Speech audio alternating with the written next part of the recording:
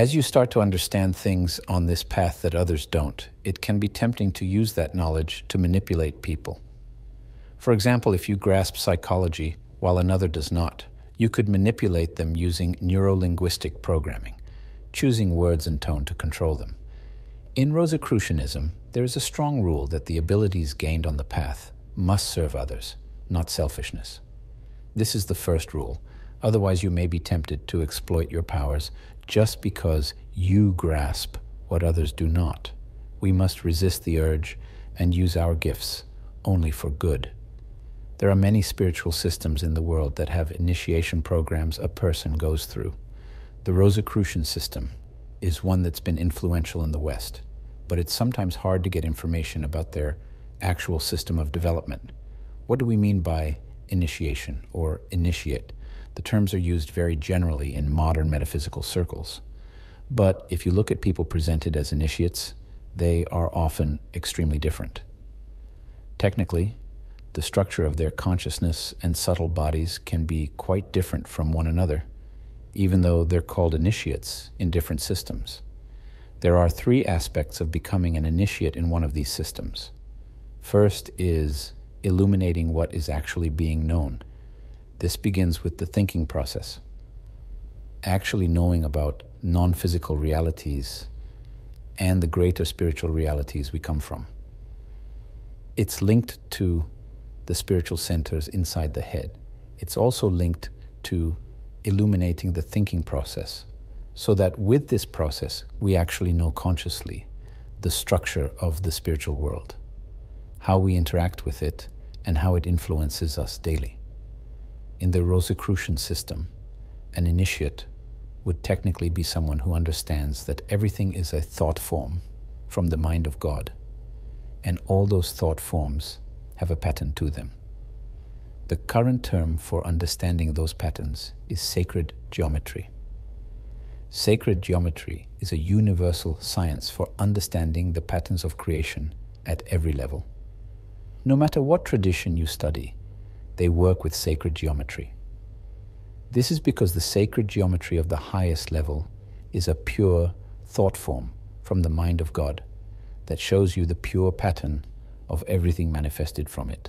The next level is that of the clairvoyant, which could be linked to illuminating the heart and feeling life. The Rosicrucians talk about a process in initiation where, at a certain point, when the heart becomes open and unarmored and you cultivate unconditional love, there is an ignition of a spiritual spark within the heart. What happens then is they describe an etheric rose light arising from the heart that moves up to the third eye center. With this rose etheric stream, it enters the centers in the head, in the area technically at the third ventricle of the brain. This was known as the cave of Brahma in Indian teachings. This is a particular area that opens in the head with space between the pineal and pituitary glands. As this space becomes illuminated, it leads to direct spiritual vision. The third aspect here is also cultivating action, or the will. This is linked to the belly, or what in Japan they call the hara, or in Chinese alchemy, the lower dantian, the lower will centers. Through illuminating action or willing, one is able to take action esoterically and actually use non-physical realities to change things on the physical plane. At the most extreme, this leads to actual physical alchemy and transmuting one physical substance into another. This is usually attained after going through steps of being able to transform less dense, etheric energy fields. So transforming vibrational energy fields and energy healing is strongly on this path. The person who can actually transform things using spiritual forces is referred to as the adept. This gives an overview for how it fits together in Rosicrucian work. At a certain point, the human consciousness body has three centers that can be worked on and awakened: around the head, the heart, and the belly. This is a universal teaching. Buddhists talk about thought, speech, and action. Sufis talk about head, heart, and hands. All traditions work with this concept. In Chinese medicine or alchemy like Qigong, they have upper, middle, and lower dantian called elixir fields. When we understand these energetically, They are a spiritual elixir field we can illuminate. Depending on what we focus on primarily, we can develop the capacity to consciously understand patterns and become the initiate, directly perceive spiritual realities as the clairvoyant, or directly manipulate forces for good as the adept. Initiation is really a process of becoming aware of who am I, why am I here, where do I come from, and how can I develop a process to become more self-aware and accelerate my development on the path.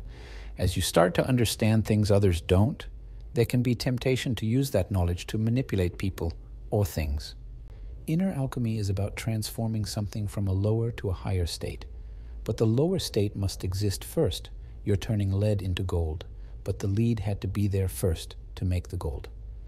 This means within all lower structures are the seeds of their full fruition. It's like the caterpillar and butterfly. You wouldn't know the crawling caterpillar holds the ability to become a winged butterfly, but it does. It's the same in humans. We develop the physical body, life force, and consciousness, and then reach the point of developing self-awareness, the I am presence. That's where we are now, at the critical point of developing I am self-awareness. Now, the inner alchemy of this is that once we develop the fire represented in esoteric Christianity as the flame above the disciples' heads at Pentecost, it literally ignites a spiritual structure moving vertically through the body. At the energy center above the head, it illuminates as the Holy Spirit in Christian depictions. As we develop this, that aspect can illuminate with light and transform the lower bodies. Then we can train our I am spiritual awareness to actually transform our consciousness to a higher level, an alchemical shift to something greater. It can then transform our entire life force body, the etheric body, chi, ki, prana, to a higher level, and it can transform the physical body. So from this big picture of how it fits together, what does one actually do as a system of initiation practices? One of the most fundamental Rosicrucian practices is the 6 basic exercises. Rudolf Steiner said, even if you did nothing else, do these, because some occult practices could be harmful. But any ill effects can be neutralized by the 6 exercises. The first 3 work with the idea we have 3 soul faculties, or the astral body has 3 aspects: thinking, feeling, and willing. This aligns with thought, speech, action for Buddhists, head, heart, hands for Sufis, upper, middle, lower Dantian in Taoism. We have these 3 primary centers. First, like Gurdjieff taught, we must self-observe. Throughout the day, observe your thoughts, feelings, and actions. This act described by Buddhists illuminates the thinking process, feeling process, and willing process with consciousness. It lets us see how much of our inner state is unconscious, just reactive patterns. One trigger causes a reaction again and again. This is the foundation. If you did only this, you'd reach the goal. If you don't do this, nothing else matters. Self-observation is essential, though much harder than it sounds. Another practice is the backward review. This is very important to do at the end of each day. In Steiner's own initiation school, it was required for all. The backward review is that at day's end, as you're about to sleep, meditate by intensively going backward through your day in reverse order. I'm at the moment just before bed. Now I'm going to the bathroom, now watching TV, having dinner, driving home from work, etc. Go back through the whole day to when you were last asleep, whether a nap or early morning. There are deep spiritual processes behind this we won't detail now, but it relates to important energetic dynamics in a human. Going backward, we strengthen a muscle in our etheric life body of memory and life forces. Normal thinking goes forward, but by exercising thinking backward, we develop a force for later initiation and alchemical purposes. Next is observing life forces of growth and decay. Today we can use film to see time-lapse visions like Disney movies of a seed sprouting, becoming a plant, blossoming, fruiting, and withering away. In a moment, we witness what Rosicrucians classically observed through year-long processes, watching each part of growth. Observing life forces does something significant. It develops a clairvoyant faculty to see how things move through life stages. This is a divine mystery within every human. To behold what's held within it, and of course studying spiritual science, as we discussed before, is fundamental. We must grasp concepts to logically understand how things fit together. As we study, there's a practice called the dissolving practice. It's an alchemical way to read spiritual texts. The words on the page were someone's attempt to crystallize a direct spiritual experience into written language.